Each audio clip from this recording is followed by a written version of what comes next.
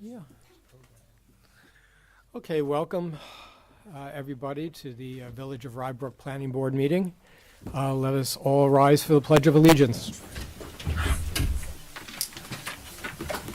pledge allegiance to the flag of the United States of America and to the republic for which it stands, one nation, under God, indivisible, with liberty and justice for all. Welcome again. My name is Robert Goodman. I'm chair of the planning board. My colleagues in attendance tonight are Kevin Branch, Scott Mendelson, Amy Schoen, Ed Tagg, and Lenny Vaisman. John Gerzan is excused for tonight. David Heiser is here as our liaison from the Board of Trustees. Our village attorney tonight is Judson Siebert, and his colleague is Pam Venya. All right. Sorry about that, Pam Venya. Our superintendent of public works is Michael Nowak. Our village planning consultant from Hardesty and Hanover is Sarah Brown. And our board secretary, Tara Orlando, does all the work behind the scenes so that we sound halfway intelligent up here. Thank you, Tara. We do have some minutes tonight. The January 8th meeting minutes and the March 12th meeting minutes. Does anyone have any comments or modifications to those minutes? Okay. If not, can I have a motion and a second to adopt both of those minutes? Second? We need a second. Okay. Thank you. I can be here all night. Oh, perish the thought. Mr. Branch? Yes. Mr. Mendelson? Yes. Ms. Schoen?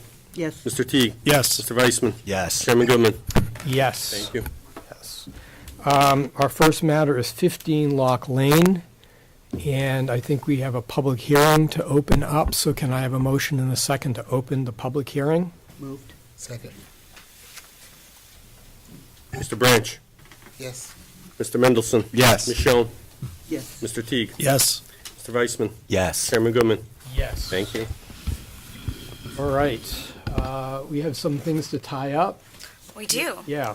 Okay, give us a report. Sure. Good evening, Chairman Goodman and members of the Planning Board and village staff. My name is Jessica Zalin. I'm with the law firm of Cuddy and Fader, LLP. I'm here tonight appearing on behalf of the applicants, Jonathan and Victoria Steiner.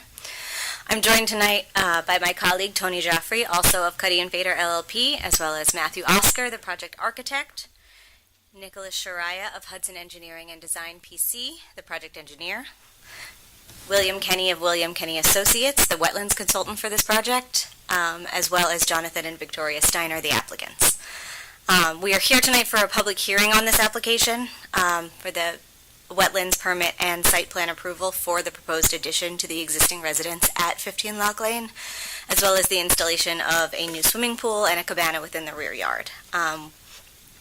For the benefit of the public that may be with us this evening, I'll just start by giving a brief overview of the property itself and the proposal, and then we can go through the specific elements of the design that have been refined since our last appearance before this board, if that would be okay. Great. Please. Okay. So this property is located at 15 Lock Lane. It's on the north side of Lock Lane, approximately 700 feet west of King Street. It's 25,523 approximately square feet. It's classified in the village's R25 one-family residential zoning district and currently developed with the existing single-family residence, a wooden deck at the rear of the residence, and a garden patio area within the rear yard. There's some paved driveways and flagstone walkways on the property, as well as lawn and landscaped areas on the remainder of the property. Here, the applicants are before this board with a proposal to install a small addition to the northwestern corner of their residence. This will be about 518 square feet of area on the first floor of the residence, with 155 square feet of floor area added to the primary bedroom on the second floor of the residence. The applicants are also proposing to replace the wood deck at the rear of the residence with a new deck that'll correspond more closely with the new configuration of the modified residence. In addition, the applicant is proposing a new swimming pool and patio within the rear yard of the premises, behind the rear deck and horizontal to the residence. as well as an elevated cabana with an outdoor entertaining area and shower features. The project also features extensive stormwater management infrastructure, which has been designed to capture runoff from all existing and proposed impervious surfaces at the property, as well as a robust landscaping plan and wetland buffer area mitigation. This wetland buffer area mitigation is proposed. There are no wetland or water course areas on the property itself, as the board may recall. However, there's a small man-made pond adjacent to the property on a nearby residence. So the majority of the rear yard of the property in which we are proposing to install the pool is within a buffer area. That being said, it is all lawn and disturbed area. It is not new, pristine, forested area. The applicant is proposing to install a robust array of landscaping in the form of native trees and shrubs and ground cover as wetland mitigation in this area. This will also serve to provide screening and privacy for the applicant and for the neighboring residences. This proposal is largely consistent with the other conditions on other properties within the neighborhood and the character of development within the vicinity of the premises. There are several existing houses with pools and decks within the 500 feet surrounding the premises, and the applicant has an overwhelming show of support from the neighbors surrounding his property. I believe letters of support were recently submitted to the village from his neighbors at 11, 13, and 17 Lock Lane, as well as 4 Hillendale Road, all of which are properties either very nearby or abutting his backyard. With that, I'll just briefly review with the board some of the updates that we've been exploring since we were last here. Since we were last before this board in March, the applicant, its engineer, architect, and wetlands consultant have all been working alongside village staff and their consultants to address the comments provided by the board during that last meeting. To that end, the area of impervious surface coverage and overall area of the disturbance on the property have been reduced. An enhanced wetland buffer habitat mitigation plan has been provided, which increases the area of the proposed plantings. The proposed cabana has been further elevated on its piers so that its base is now a full 2 feet above base flood elevation. The proposed stormwater management system has also been further refined in response to comments, and in our latest submission, we provided some representative lighting fixtures for the project, which include shielded, downlit, low-level lighting fixtures. With that, I will ask the design team to come up and review their plans with the board and with the public. We'll start first with Matthew Oscar, the architect.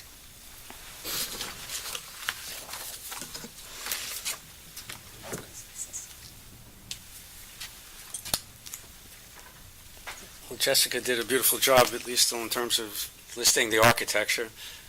You're indicating that it's a 518 square foot extension where the living room is next to the deck, and the second floor being 155 square feet, just above that living room.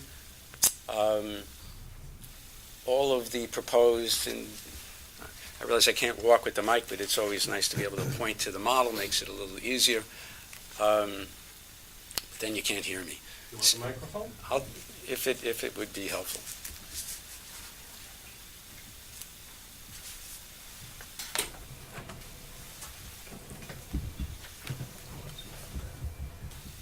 Not anything interesting. I see a rack. We've done this a couple of times, getting used to the technology. Just hold it close. We're on. You can hear me, right? Yep. Okay. So there's the extension, the new deck. The pool was adjusted in order to be sensitive to the floodplain issues. The new cabana over here. For the most part, everything, there's no issue here with zoning, height, setbacks, lot coverage, everything complies. I think there hasn't been any additional comments about the architecture that I'm aware of. Everything seems to go back to environmental It's questions. an engineering issues, Yeah, right? so make it short, I think the board is familiar with this, and I think the model helps the public to see what it is that we're doing. And I'd wait for questions later, but otherwise I would move it to environmental issues. Yeah, I mean, I would say, there are sort of two outstanding issues. One deals with the engineering and making sure that those figures and whatever studies have to be made are sort of tied up. I generally do not like approving site plans with conditions. I think it's a recipe for problems down the road. But you can comment on I believe there's a letter from James Natarelli, who's our consultant, and he had, I think, about 8 points of things that needed to be sort of revised, modified, looked into. And then I want to talk about the mitigation plan. So whoever is, yes, sir, come on up.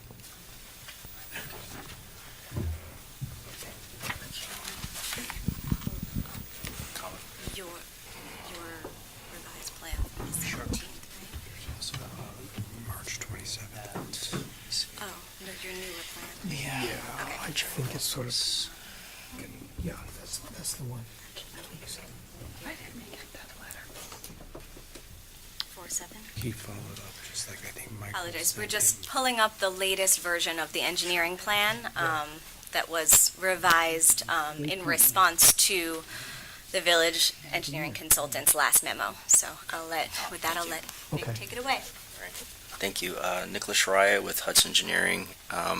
So yes, we have been going back and forth with Mr. Natarelli just to clear up a few things on his end. There were two major things that I believe are still outstanding on our end. One was with the configuration for how the sanitary sewer will be connected for the cabana. I've done a site visit today, and that the sewer service for the cabana will go by gravity and then be pumped into the sewer main. So we'll have to update our plans to demonstrate that, but that has been worked out on our end.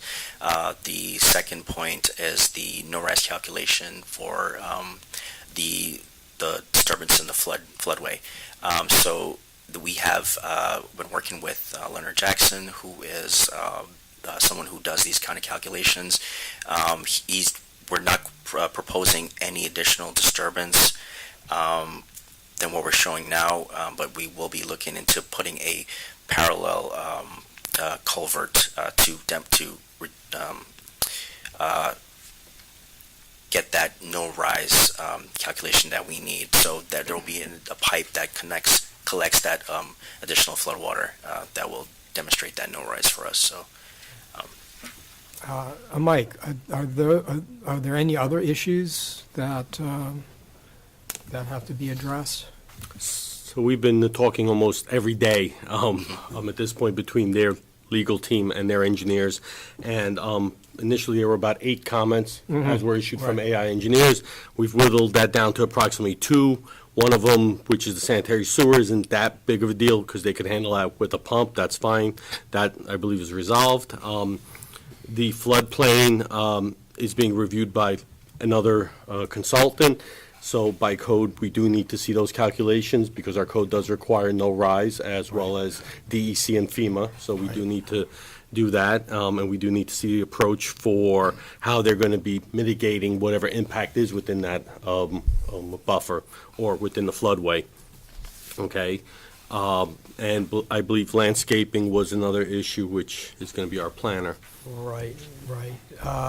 Yeah, I mean, I think the engineering issues are going to be, resolved between and among the parties. It sounds to me like everyone just has to get on the same page as what the plans say. And obviously this rise that everyone talks about relating to the floodplain, that's a very serious issue. So there's a lot of engineering efforts going into confirming that, the status of that. So I can only say just continue to do the job that you guys have been doing, which is to work with us and come to closure on these things, and so that we can tie it up next meeting, subject to the public hearing. On the landscaping, how much How much mitigation are we talking about? Is it 5,317 square feet? Is it less? So I will ask our wetland consultant to come up and address that, but I just briefly wanted to thank the village for being so receptive to working with us on a regular basis to get through these engineering concerns. We are confident that we will get there. These are, things that frankly are best worked out between the engineers and staff. Yeah. And we are thankful that that process is running smoothly. Bill? And I will also echo that the applicant and their team have been very receptive. I'll be honest with you, we've been talking a lot more than I have with any other applicants'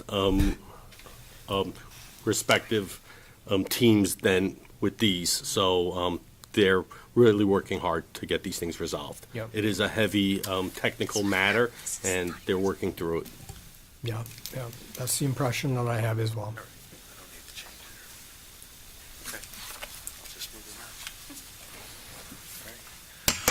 Good evening, I'm Bill Kenny, principal of William Kenny Associates in Fairfield, Connecticut. I am a professional wetland scientist and a professional landscape architect.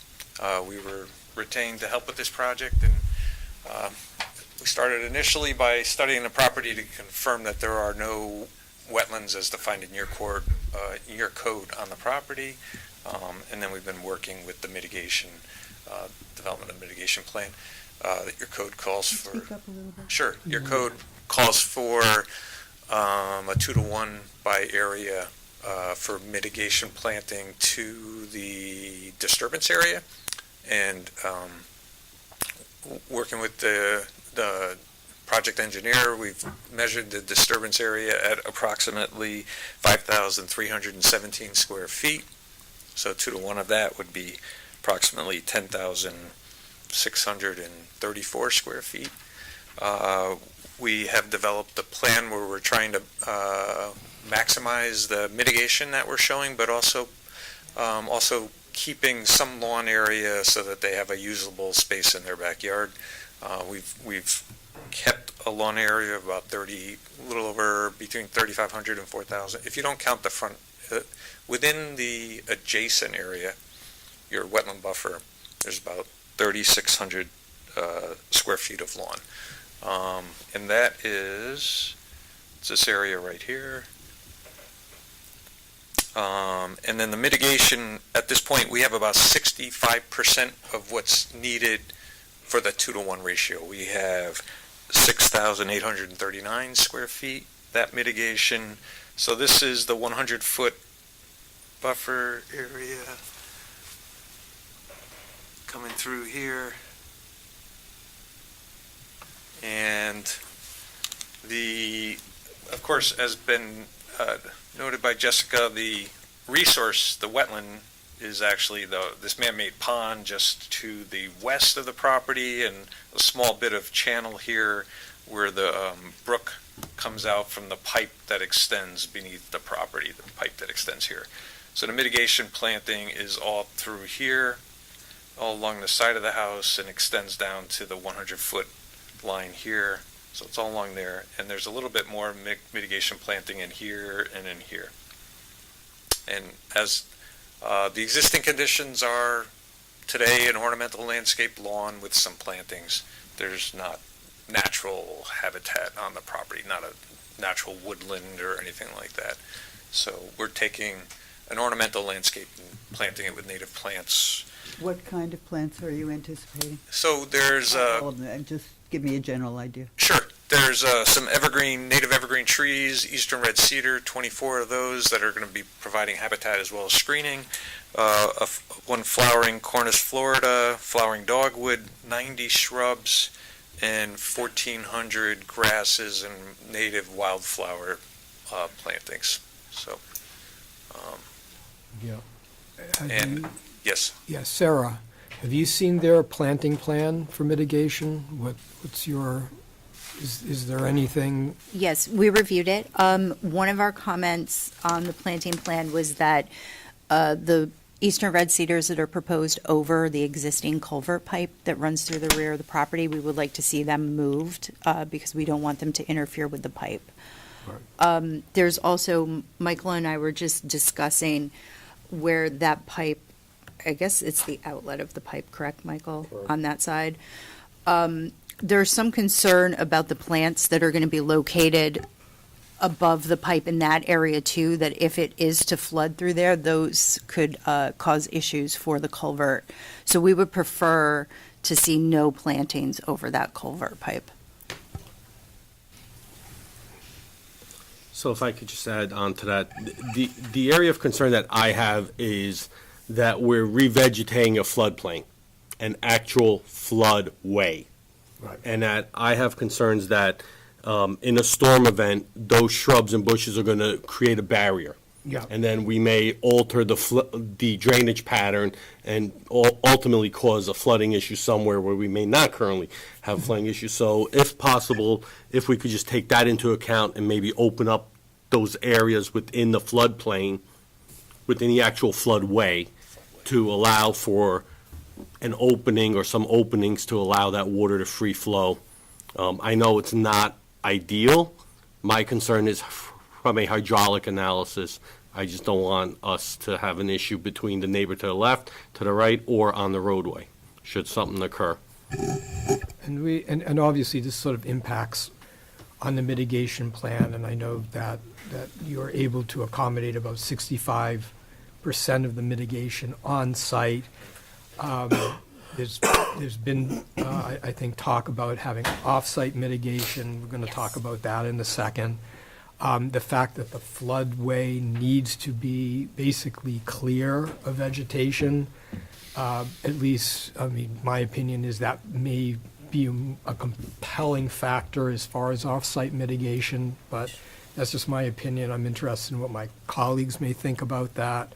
And then we should discuss off-site mitigation because there's obviously there needs to be an off-site, which the village has to, agree is a worthy sort of target for mitigation.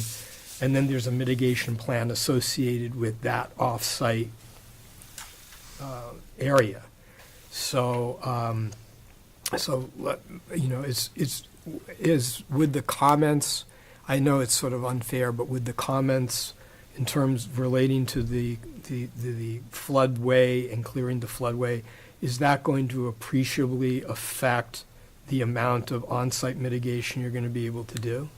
I think there's a way that it would not. I haven't had it. I'd like to offer this alternative right now. That one, when you think of a natural forested floodplain and with a floodway, it's full of vegetation. So I can appreciate on the one hand not wanting to cause opportunities for blocking water flow, but under a natural condition there is vegetation. But how about if we offered to do planting that's just the perennial, the ground cover, and then get your mitigation that way and avoid the more vertical woody plants that could cause blockage. So, okay. Makes sense. Okay. So we can maintain that 65% on site, and then, okay. And then, Then with respect to the chair's comment about off-site mitigation, we have had some conversations with staff and consultants about potential off-site mitigation areas. We've conducted a site visit to see one of those areas today. We are certainly open to working with village staff to explore that area and would be willing to provide off-site mitigation. We had a thought that perhaps payment in lieu of off-site mitigation might be an approach that we could explore, so that way the village could put the funds and the resources towards any particular areas that they feel need to be mitigated within the village and not tie it to this particular one area at this particular one moment in time. That being said, if that's, we're open to either performing an active off-site mitigation or this other option. Yeah, I mean, that's a code issue. I don't know whether the code, it's not in the code. Yeah, I mean, this has been in the past a sort of a significant issue for us. And before we have our board rules, which you may have consulted, which addresses this issue of the 50% off-site mitigation. It used to be that everyone was, oh, we'll do off-site mitigation, not a problem, and they would do like 10% on-site mitigation and 90% off-site mitigation. But that's not really the preferable way of dealing with things, so we're a lot more, I guess, more rigid in dealing with this. We understand that off-site mitigation for this project will probably be necessary, but the off-site mitigation, in a way, is just as important as the on-site mitigation because it's an environmental area that needs to be improved. And one issue is whether or not there's an appropriate site to do it. If there is, then we would need an off-site mitigation plan akin to the on-site mitigation plan as to what you would do in order to mitigate whatever the issues are that afflict that particular site. Mr. Chairman, for the record, Tony Joffrey, it certainly makes all the sense in the world. The one concern that we have would be the timing with that, and to the extent that we would need to work with staff or the Board of Trustees in any capacity. So we would respectfully request that offsite mitigation plan be a condition of approval that we could work out with staff to their satisfaction so that it doesn't hold up this board's action. Let's put it this way: we're not coming to a vote tonight on this because there are issues that have to be tied up. My view is let's see if we can get it done by next month, and if not, we'll figure it out. We'll make every effort to do so. But yeah, I think I know that Mike and his people have a lot of experience with dealing with the off-site areas. I think you'll be able to work with them to come up with a plan that is reasonable under the circumstance. We'll make every effort to do so. Yeah, I would encourage that. Yeah, I did have a meeting this afternoon with Mr. Kenny, and we visited his site. He's going to put something on paper. I don't believe it's anything that myself and our planner can't work out. It's pretty straightforward. I'm the code, the numbers are straightforward, so but we'll be able to work that out. Okay, that's good. Is there any member of the public who would like to speak to this application? This is sort of an opportunity. Yeah. Against it, are you taking in favor first? Any opinion. You can come up to the microphone, introduce yourself and your address, and then you have, a couple of minutes to explain. Good evening, Chairman, Board, everybody. I'm Ellen Harmon. I live at 16 Hillendale Road, which is in the Hillendale area near where the applicant's home is. And I think I need my glasses to do this. So just a few points. I'm going to start with a smaller one perhaps, but I'm not sure. Everybody can decide which is more important. Off-site mitigation is a mystery to me, something as a homeowner who is deeply impacted by things like flood water and rising water tables. I have never understood. I don't know who picks the sites. I don't know whether they're in New Jersey. I don't know where they are. And I don't see how adjacent homeowners benefit from off-site mitigation. I understand sort of the village as a whole entity kind of thing, and payment in lieu of really is a mystery, but I don't see how that in any way helps with impermeable surface water problems to do something off-site. So having said that, what land is selected, who benefits from it, is installation checked by the village, is it confirmed that it's done, is a certificate of occupancy withheld until it's confirmed, et cetera, et cetera. It's just a huge mystery, perhaps to many of us. I commend to you, which I'm sure you've all read, Rebecca Owen's excellent letter. I'm sorry that she couldn't be here tonight. I think her points about lighting are very serious. Those of us who, and I've lived here 40 years, so think about that for a while. 40 years ago, it was really different.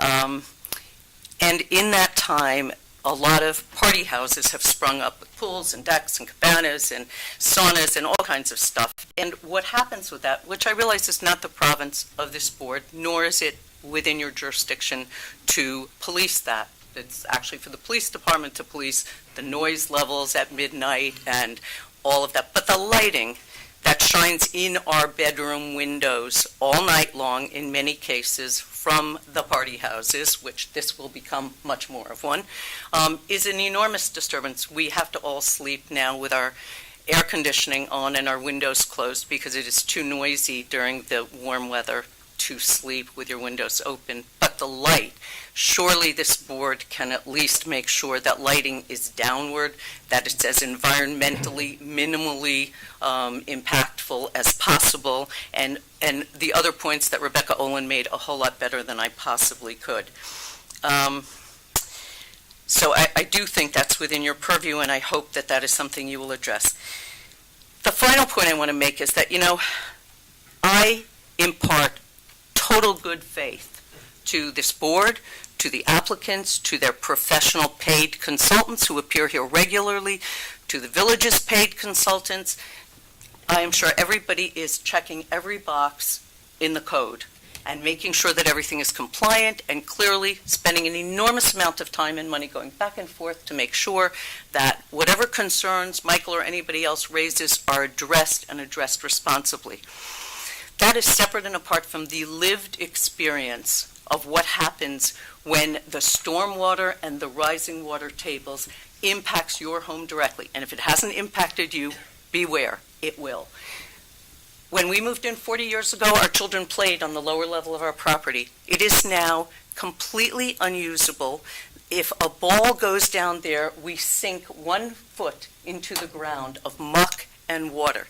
That is significantly diminishing the value of my property. I don't even know how I'll market it and explain to people that there's muck there, that you can't use the lower level, which is actually a significant area.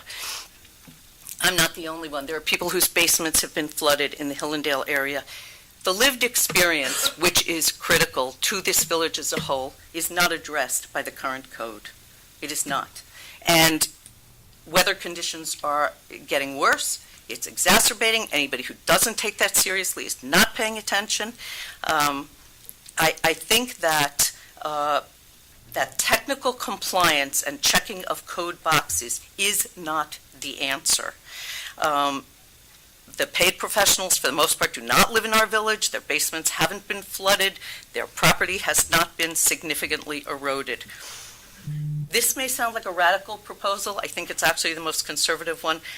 I would ask the board to work with the Board of Trustees to put a moratorium on new construction until there has been a robust opportunity to analyze, consider, and hear the arguments in favor of revisions to the code that will address the conditions that did not exist when this code, I'm sure Michael deals with that on a daily basis, that he's nodding yes, that did not exist when this code was created. It is no longer meeting the needs of the community, of the village as a whole. I understand that every individual homeowner would like to expand their property and put in pools and cabanas, but there is a real impact. And the lived experience of the people around here is such that I think the board needs responsibly to just say, halt. The most conservative approach is let's wait, let's analyze this, let's see what needs to be done before we exacerbate this problem further by granting yet another approval and yet another approval. We are drowning, guys. We really are. Thank you. Thanks for your comment. I appreciate that. On a couple of points, and again, my colleagues can weigh in if they wish to. There's an issue about lighting, which I think there was a previous discussion concerning lighting. She Yeah. mentioned the down lighting. There will be down lighting to minimize the amount of light that neighbors have to. Yes, I can address a couple of the comments provided.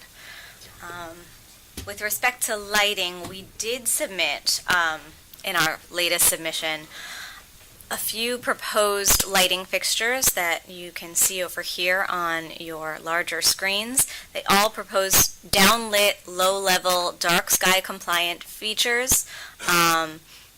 They are representative of the type of lighting that we are pursuing here. We are aware of our neighbors' concerns. We are willing to work to address these concerns. We're willing to consider, as alluded to in the letter that was submitted before the prior meeting. There was some timer requests. That's something that the applicant is open to. I think the applicant is willing to go a long way towards addressing these concerns and has provided a proposal to do so. With respect to the comments related to off-site wetland mitigation, I think perhaps Michael can speak to the utility of the site that he had proposed as an area that would benefit the village as a whole. We understand that the code allows for off-site mitigations in situations where the utility of the wetland mitigation on the property itself Right. it is kind of exhausted, so Yeah, we're... I mean, to the neighbor's point about the off-site mitigation, under the code, it's a very rigid rule of a 2-to-1 mitigation, which works most of the time, but in a lot of situations, the property can't accommodate the 2-to-1 Right. mitigation.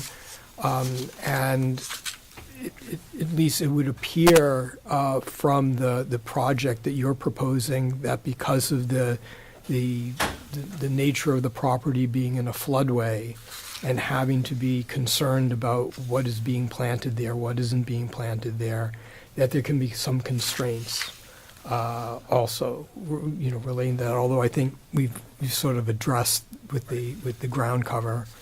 Yes, But and- just because of the code, it's very difficult to accommodate the 2-to-1. So the off-site mitigation has been a way to get a public benefit Yes, of out course. of the mitigation, rule. And, our attorneys can weigh in on that if I've misspoke, but it's a way of actually improving the quality of the village's, wetlands Of course. through the mitigation rules. Yes, and your code does provide for a benefit, a balancing test of benefit of regaining the new wetland areas with the impact and loss to other natural areas. So with that extra little wiggle room over there, that allows for us to consider these offsite areas, and here you are. Okay.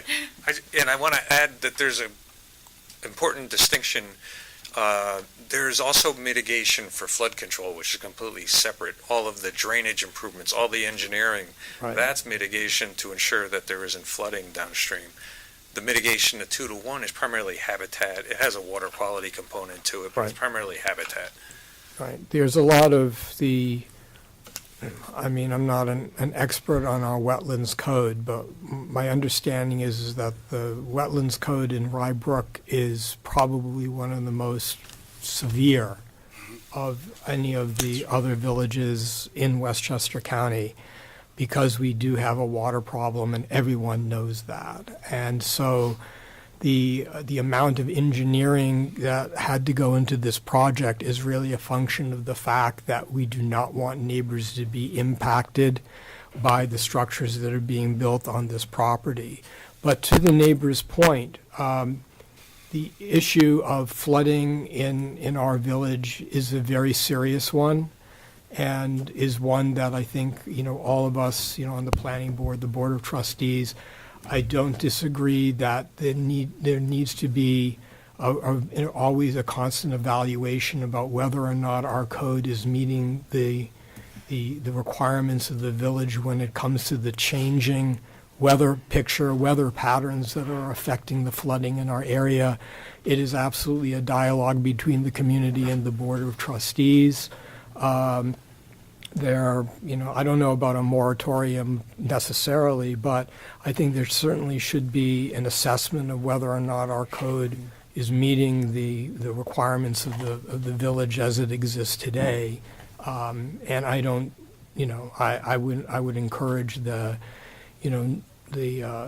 residents of the village to, make their points known to the board of trustees, in public forums such as this, because, we do take your opinions seriously. We want the village to be, a successful one. We don't want people with flooded backyards. That's not exactly what what we hope will happen. So we appreciate the comments and we'll take them to heart.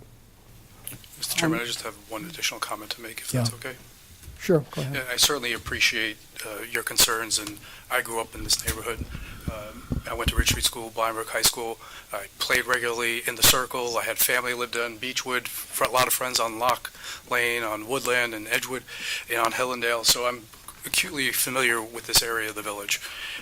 That being said, the only thing I'll add to that part of the discussion is to mention again the stormwater mitigation that is being provided. That doesn't presently exist on the property, which is significant, which will address, I believe, a lot of those concerns. And there's a full stormwater pollution prevention plan that's part of the record, and will address those in addition to everything that Mr. Kenny discussed as well. Yeah. Okay, thank you all, and we'll see you next month. The public, does anyone else have any comments?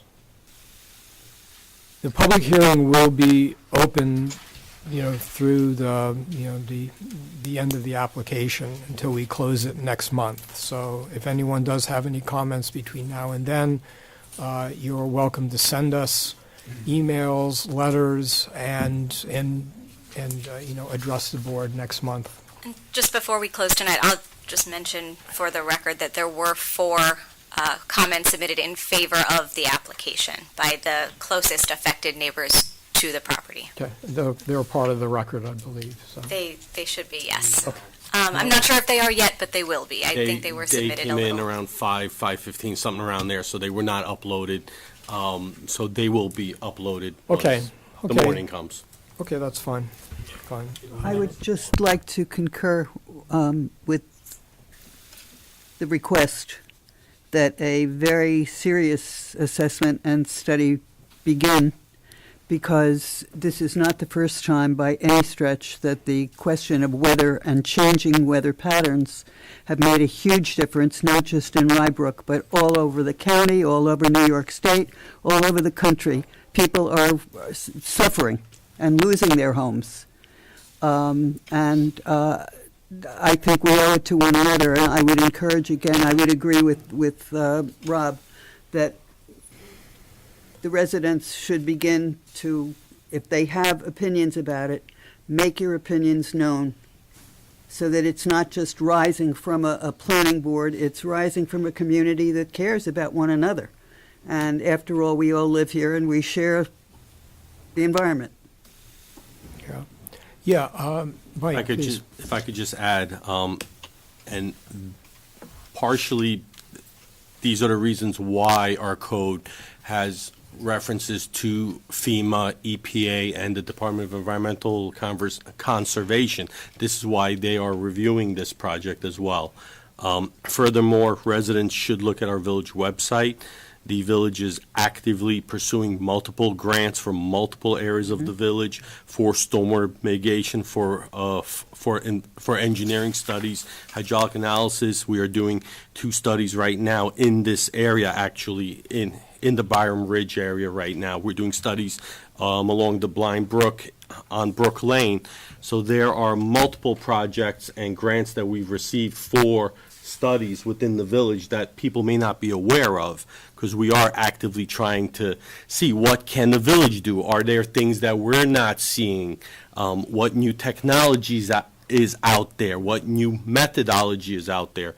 So we are proactively looking for those opportunities, but, so I just want people to be aware of that. The applicant is sensitive to those concerns and will continue working with village staff to make sure that all of the stormwater management issues are addressed to the village and the outside agency's satisfaction. Okay, thank you very much. Thank you for your time. Okay, our next application is 3 Crossway.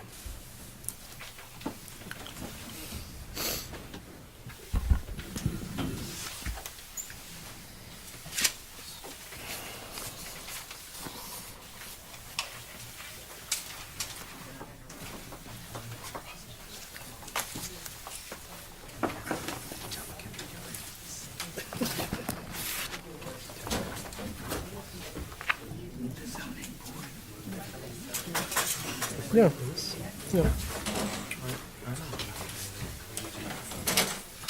Should be pretty quick.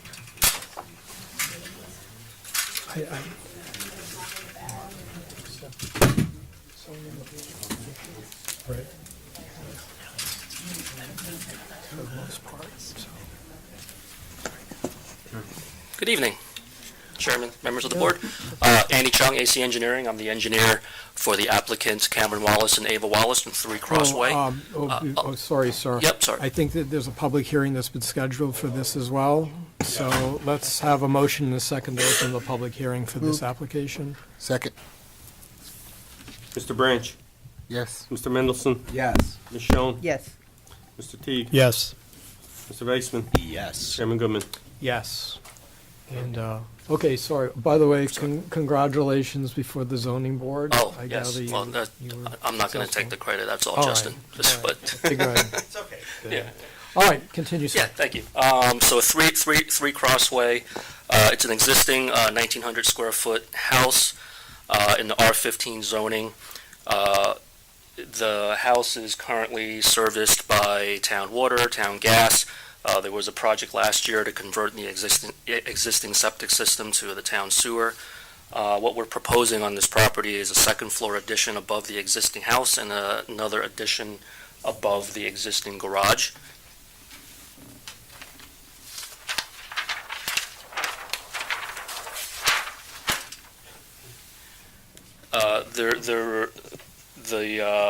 The increase in impervious area is below the town's threshold, so there isn't a stormwater component to this project.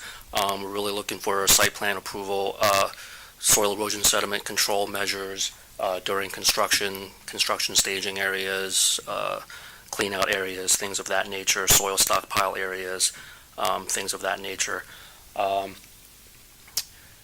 So we did go through zoning board last Tuesday. We did get approvals for the 4 variances. Also, we did receive 9 letters in favor of this project from neighbors in the area. So engineering is actually the simplest part. I'm going to let Justin, if he has anything to add about the architect part of it. Good evening. My name is Justin Maneri. I'm the architect for 3 Crossway. We went before the zoning board, as you're aware of, for the 4 variances. You had a favorable response prior to attending the zoning board, and they shared the same understanding and appreciation for what we were doing. And just to illustrate, the proposed project really is contained within the existing footprint other than what's highlighted in dark green. That's really the expansion. As you can see, we're very contained. We're not affecting the majority of the property. The expansion in the front is actually occupying the existing driveway and in the small green bump out, and then we're replacing the wood deck. So it's a fairly contained project. Should not be impacting the neighborhood and the adjacent properties, and as Andy said, we are within the threshold of impervious increase. So the project really is, hopefully, as viewed by the board, not a very impactful project. Any comments from members of the board on this? Okay. Anyone from the public would like to speak to this application? No? Okay, can I have a motion and second to close the public hearing? Moved. Second. Mr. Branch, Yes. Mr. Mendelson. Yes. Ms. Schoen, Yes. Mr. Teague. Yes. Mr. Weissman, Yes. Chairman Goodman. Yes. Thank you. I believe we have a resolution. Yes, there is a resolution which was prepared and I believe was posted on the website. It's a resolution granting site plan approval for the project. Standard form resolution recites what has been submitted. Confirms that the project is type 2 under SECR, requiring no further SECR review. Application has been vetted by planning consultants and village staff. As mentioned, one of the key components of this was the granting of the 4 variances, which were granted by the ZBA this week.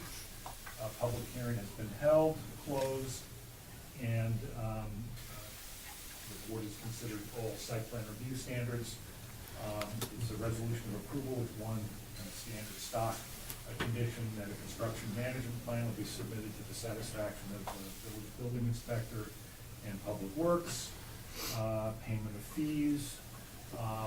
There is a standard provision that minor changes to the site plan can occur during construction, and that all work will be in accordance with approved plans. Okay. Taylor Garden Variety. Any comments concerning the resolution? No? Can I have a motion and a second to adopt the resolution? Moved. Second. We're getting there. Mr. Branch. Yes. Mr. Mendelson. Yes. Ms. Schoen. Yes. Mr. Teague. Yes. Mr. Weissman. Yes. Chairman Goodman. Yes. Thank you. Okay, good luck, guys. Thank you very much. Thank you very for your much. time, and appreciate it. Our final matter is 900 King Street. Keep this short.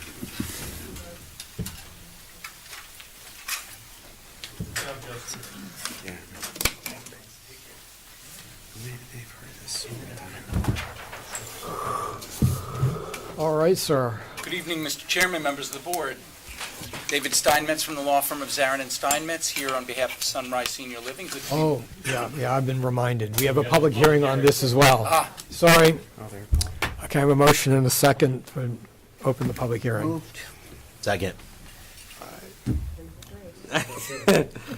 Mr. Branch. Yes. Mr. Mendelson. Ms. Yes. Schoen. Yes. Mr. Teague. Yes. Mr. Weissman. Yes. Chairman Goodman. Yes. Thank you. Okay, Do sir. over. Yeah. Yeah, or continue your eloquence. Should I change it? Good evening, Mr. Chairman and members of the board. Good to be back before you here this evening once again on behalf of Sunrise Senior Living, and we hope to be extremely brief. I'm disappointed, Mike, that the other applicant is the applicant that seems to speak to you more often than anyone else in the village. Maybe I'm lucky that we're not the applicant that speaks to you the most in the village, which is good news. We are here tonight really with regard to some very minor amendments to the previously approved and previously amended site plan for Sunrise Senior Living. I'm joined by our entire development team, as well as both Clyde McGraw and Ben Simon from Sunrise Senior Living. We had hoped to not even have to come before your board on what we're here to talk about tonight. We had thought that this might be able to be addressed administratively by the building department out of an abundance of caution. I think the building department, the village attorney's office, your village planner all thought we should go through an amendment process. Your board of trustees has designated itself as lead agency because this did go through, as I think you all know, a comprehensive, full SECRA process culminating in a finding statement under SECRA. When we came in last year with some slightly more significant changes than what we're here on tonight, we did go through an amended process and secured an amended finding statement at that time. We made some minor changes behind the building, which we'll talk about tonight. There are some minor changes with regard to architecture, windows, doors. We have done a rather extensive presentation to the Architectural Review Board last month. The board was rather pleased and ready to vote on it that night, but Village Council suggested that we needed to go through a more formal process. So that having been said, we are here tonight. I'm going to let Anthony Nestor in a moment just walk you through the changes so you're aware of them.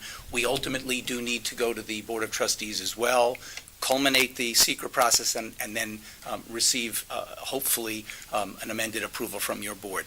We are on the ramp up, I'm pleased to say, to a building permit and to commencing demolition and construction. Sunrise is extremely anxious to get this project underway, and though we haven't seen you in several months, we have been working, I guess not disturbing Mike enough, but we have been working actively with the village and our architectural team. I would just simply state for the record, we did receive a letter today from a neighbor at the Arbors. I'm really pleased that Dan is here tonight, who is actually on the HOA board. The neighbor is not an HOA board member.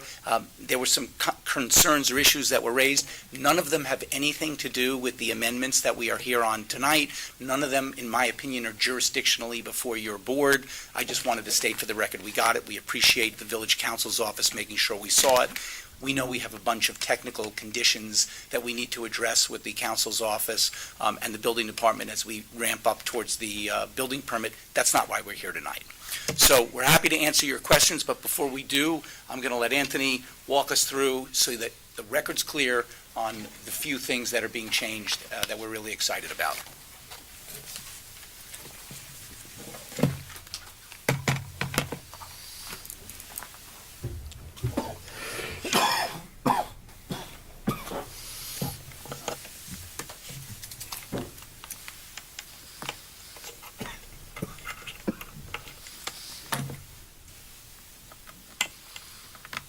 Condition in there that it doesn't die.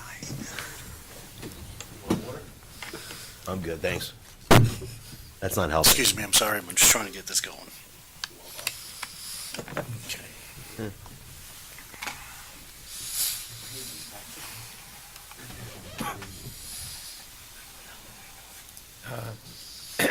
Good evening, Chairman, members of the board and staff. My name is Anthony Nestor with the firm of JMC. As Mr. Steinmetz had just mentioned, I'm just going to go through the changes, which I believe we talked about last month.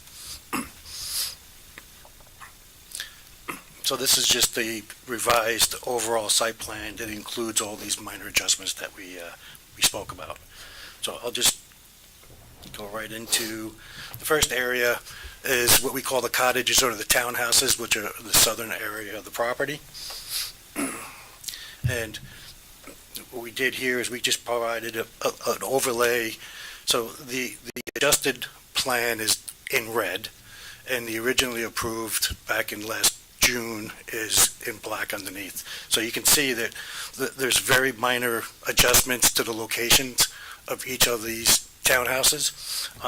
And the biggest thing was we widened the radius of the, I'll call it the inner ring road that goes around the ILAL building.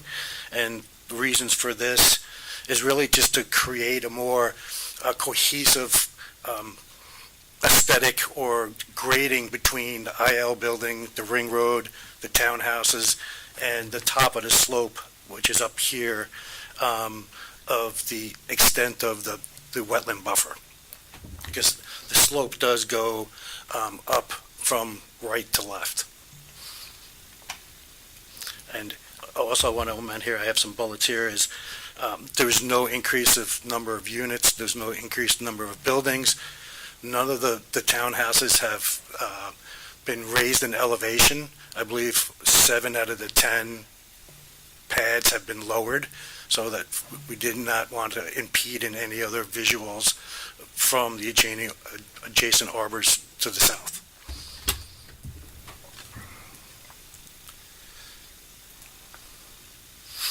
And then this is a slide that just kind of shows the grading that was the comparison of the grading from the original approval to the current adjusted site plan. There was an increase of a retaining wall in the back of the units where there wasn't one before.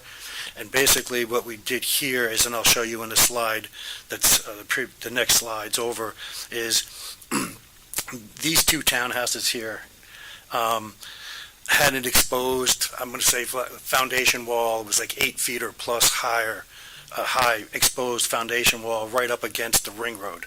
And just from a maintenance and an aesthetic standpoint, it was just those things were sitting up so high to the ring road. So we try to make and split the difference. And what we did was we kind of lowered these units here, but it required us to, and let's see if I can highlight it here, add a short wall, which is no higher than 4 feet at that point right there. And then that wall does minimize a lot of the disturbance that we had within the wetland buffer. So that was another plus in this plan. So there was no, additional disturbances and things like that within the buffer.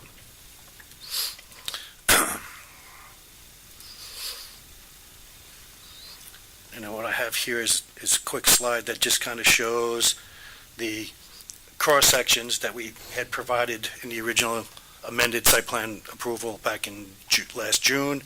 You can see the sections On the left is the current approved site plan sections, and then on the right is the adjusted. And you can see, especially right here, where this is the exposed area that I was speaking about along the inner ring road. So what we're trying to do is take that area and kind of move it over in this way that the units would be staggered more aesthetically and more even with the grade as you go up to the slope. And then we did another kind of blow-up version. We put the football field just to show actually how far away that one townhouse, the furthest or the closest townhouse is to the Arbor's property line. But also, this kind of shows up here that the concern was this wall, and the wall will not be visible from the Arbors. And this section here, we did not nearly capture all the vegetation that's in that line that crosses over through here. But the top of the wall is below the existing grade at that point, so there would be no impact visually from the Arbors or from the south side of this area.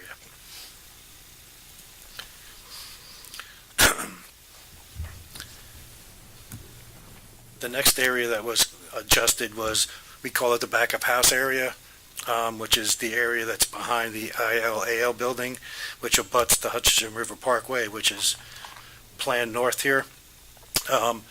Previously on the approved plan, we had a parking lot. I believe there was 18 parking spaces or 12 parking spaces here.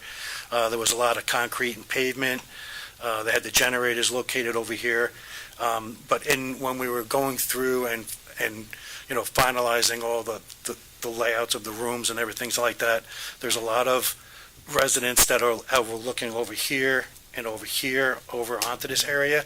So we were just trying to soften the visuals and try to remove some of the pavements from this area and still maintain the areas that we need to for the back of house, like trash, the generators, and the transformers and things like that. So the minor adjustments to this plan shows, and actually the trash area is pretty much in the same spot, but it's been elongated here to work more with the operations of, a smaller type of containers that they're going to be moving up in and out of this. I think the largest is a 3-yard dumpster. So, and then I'll show you later on that we updated the truck maneuvering plan to show that a garbage truck could easily maneuver in and out of there to get all this here. And then the other major thing here too, is we took the generators, which were here, and we shifted them over, I guess, north on the Hutch side of the ring road.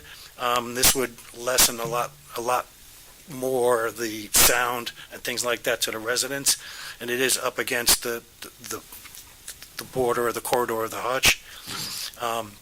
So it takes these generators and moves it over there.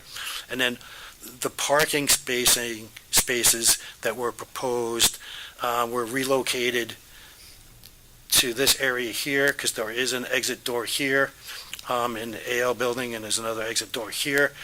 So there was no loss of parking, no loss of Lang Bank parking spaces. They've just been reorganized within this area, which they were located in the approved plan.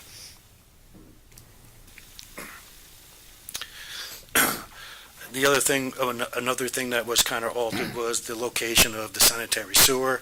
On the approved plan, this dashed line represents the location of where the sewer was located. And then when we were finalizing and working through some of the, getting close construction documents, we felt that having the foundations from these two units and the excavation for this subsurface stormwater management area kind of didn't really be the best place for this sewer to go through. So, and because we still needed to provide sewer to these units, and actually under the current approved plan, the sewer ran up. It was almost like a duplicate sewer. So we thought it best to just reroute the sewer this way. So there's really no, increase in length, significant lengths in the sewer. One manhole got a little bit deeper, but I don't think it's terrible, Mike. And I know I did discuss this with Mr. Nowak as well. So that was an alternate change to the sanitary sewer. And there was a slight change to the stormwater.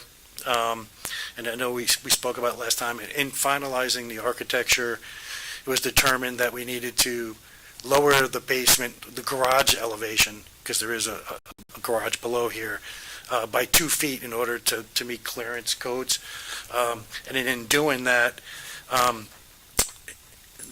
the water now that was going in to down toward the garage level could not be picked up by gravity and wrapped all the way around the building. So we've been coordinating with the architect, and actually we're going to be piping the stormwater, and it's just a small amount just in the ramp areas here through the building, and then tying it into the bypass line that comes from the hutch. And then this water is proposed to go through a oil water separator, so this way if there's any oils in the garages or anything like that, the water will be polished. And I don't think there was any other changes to the stormwater with regards to that. And then really that's the extent of the changes. This plan we submitted, it shows the maneuvering of all the various different types of trucks and vehicles that haven't changed. And that's the end of the changes. If there's any questions, I can be happy to answer them. Any members of the board have any questions for the applicant? I have one question. I read the letter submitted, and it may not be for you, it might be for, I can't remember if you're Mr. Zarin or Steinmetz. There you go. I understand your position about, the legal implications that she's raising, Ms. Schlenk raised in this letter. One thing that interested me is she refers to an easement that may or may not exist with the school, which obviously is very close to the development site. Do we know if and or where that easement is? Yes, so there is an easement with the school. We are required under the prior approvals to modify that because we are putting a pathway in that area. So we're Can you dealing. show us where it is? Sure. We are dealing with that, and there is an easement that will be entered into between us, the HOA, and the village. So these are technical conditions that have already been mandated.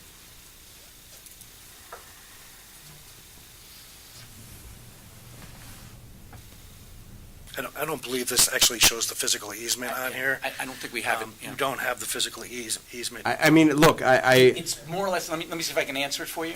There is, and help me with this, because you probably know this better than I from your original involvement.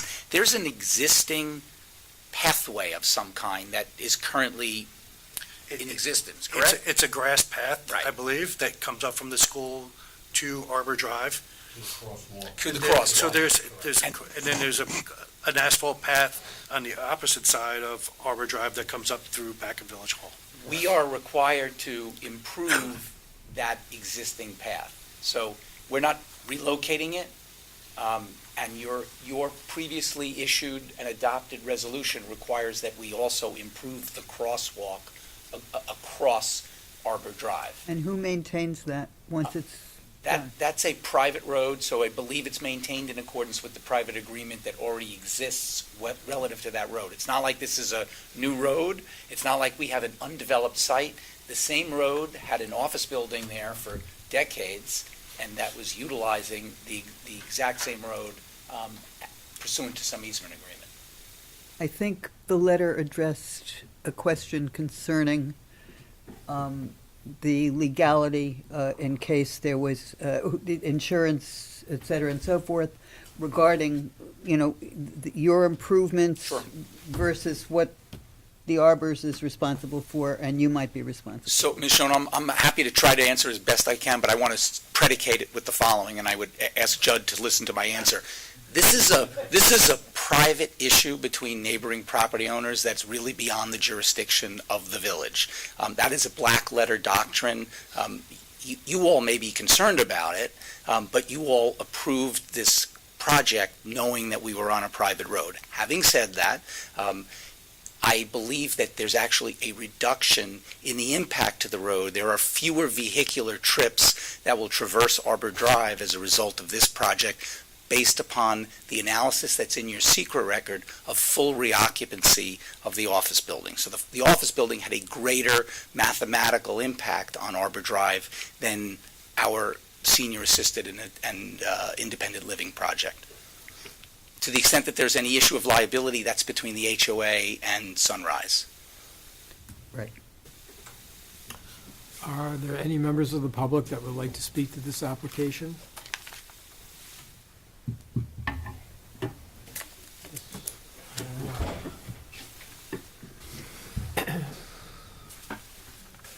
And again, you know, just as a guideline, it's to speak to the amendments that are proposed as part of the application. I'm going to have to speak to what was brought up. So Yeah. I was here to listen, Yeah, not yeah. really planning on speaking. Bullet number 11 on the village, and I have all the easements, but I'm not, that those can be found by you guys. We have them as well, but plans to revise to extend the sidewalk to cover the eastern end of Arbor Drive and connect to King Street, consistent with comment number 2 from Westchester County Planning Board, dated August 2nd, 2021, with such sidewalk extension located on the applicant's property to the maximum extent feasible. If there are areas where the sidewalk cannot be located on the applicant's property, which is the case, the construction of such sidewalk will be subject to the consent of the owner of Arbor Drive, which is the HOA. Any retaining walls required of the sidewalk installation should be subject to review by the Village Architectural Review Board. Such consent by the owner of Arbor Drive and reviews by the Village Architectural Review Board must occur prior to the issuance of a building permit. So that is in the past resolution that was done by the Village Board. So we haven't had those conversations at this point. If we are in agreement and, we don't have a problem with, and I'm not saying we do, I can't speak on behalf of the board at this point because we haven't had this discussion, then it would be in compliance. But they can't be issued a building permit until we sign off on what it is they're proposing. As it pertains to Rosemary's comments about the walkway, they are adding, obviously, the sidewalk on the top side. On the bottom side, there is a grass over there that they're going to fill in.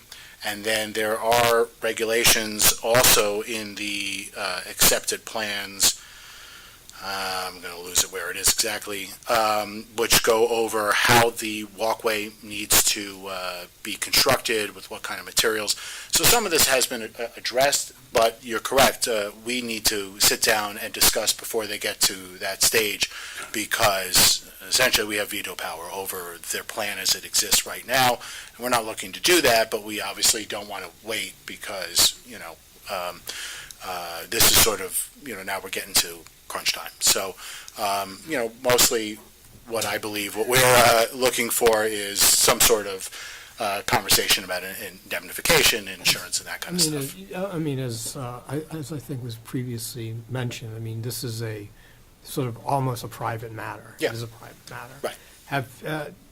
So it's not really even within the jurisdiction of our board to say one thing or another thing. I would just encourage the parties in good faith to, resolve, whatever issues are outstanding, relating to the walkways. I think everyone is operating in good faith here, so Right. I would initiate those discussions, obviously. Are there discussions with the school or the school board?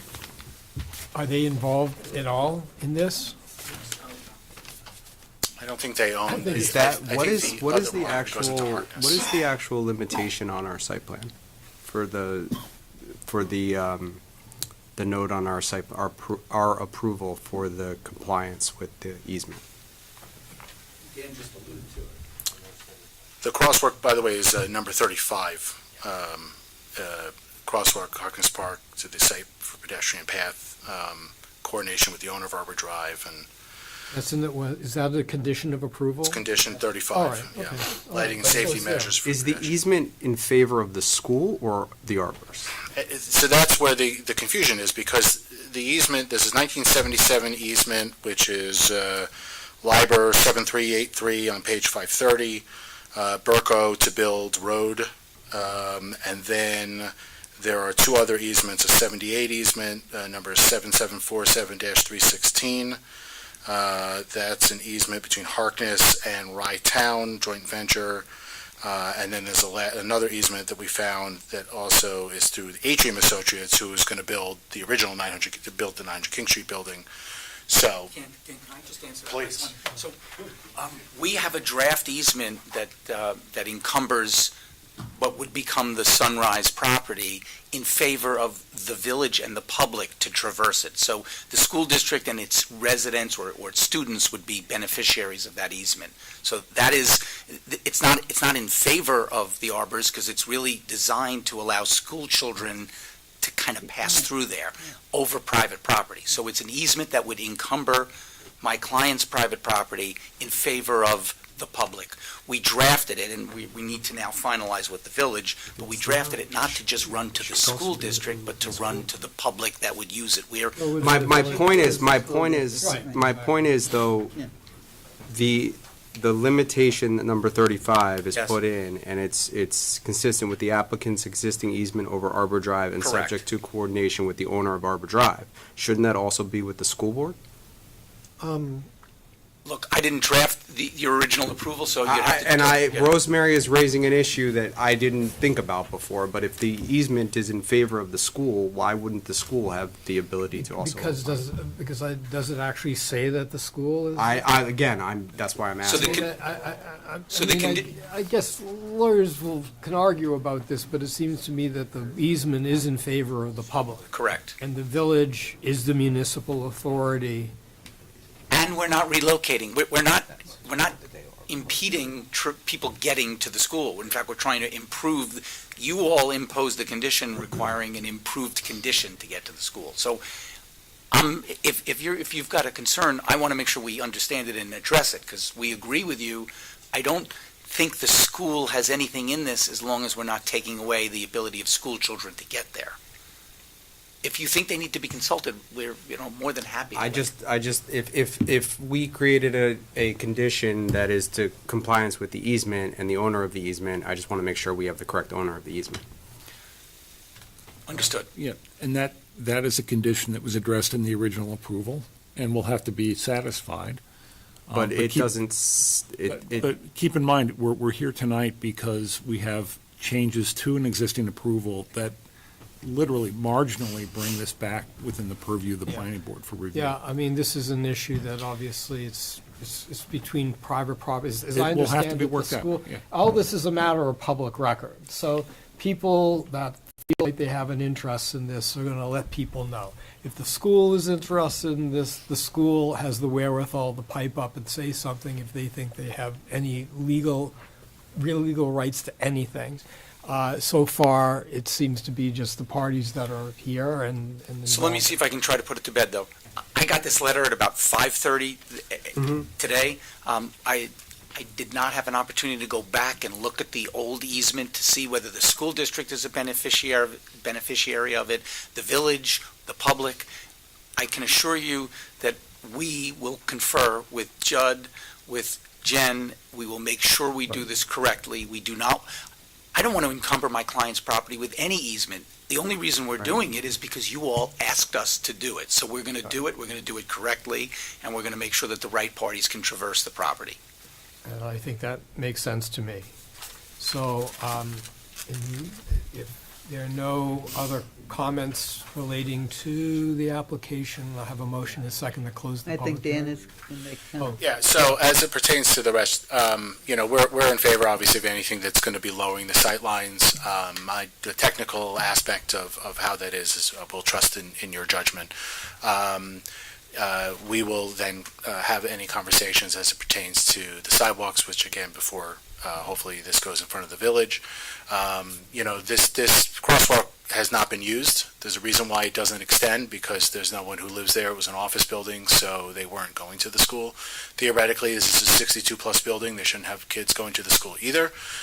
The only wrinkle in this is more for you and for you guys, is that the locations of the entrances to the facility have changed, and so we should probably just look to make sure that it's still at a safe distance if more people are going to be crossing to where traffic is going, because those ins and outs to the property are slightly different. But we can handle this amongst ourselves, and any of the things I already brought up a little, some of the things that we want with them, and we'll discuss it. So I wasn't planning on talking here. I was just going to listen, but since we came up,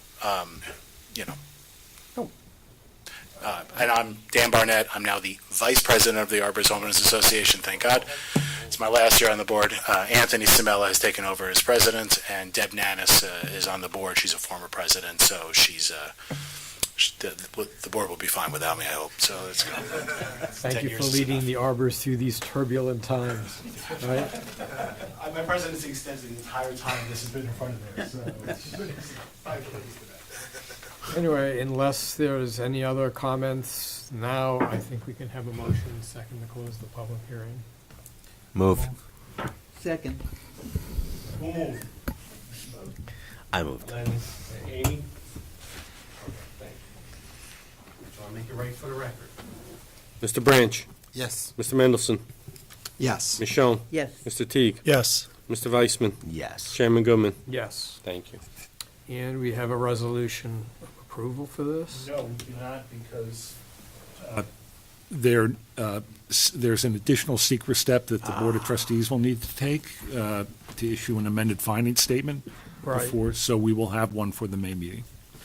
So it'll come back to us after the SECRA review? After the amended finding statement, the anticipated amended finding statement is issued. So let me just get the procedures right, just for my own self-edification. There was a finding statement pursuant to the original SECRA review. Correct. And because there have been amendments to the site plan, they have to revise those findings to accommodate. So just as the applicant has come back to this board for an amended approval, it had to go back to the Board of Trustees as lead agency for some additional tweaks to the finding statement. That needs to Okay. occur before this board can take so its action. So the BOT is dealing with the finding statement, and we're dealing with the site. Correct, yeah. All right, but it. We'll but have a once resolution. the finding statement gets approved by the BOT, then it would come back to us to have a final vote on Correct, this. yeah. All right, I'm straightened out. Thank you. We'll see you next month. All right, Yay. take care. Michael?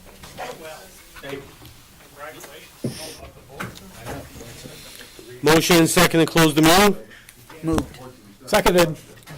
All in favor? Do I get to do that? Any opposed? Okay. Thank you. Thank you, the second by your motion. That's the first time. I've never. So the question is, like,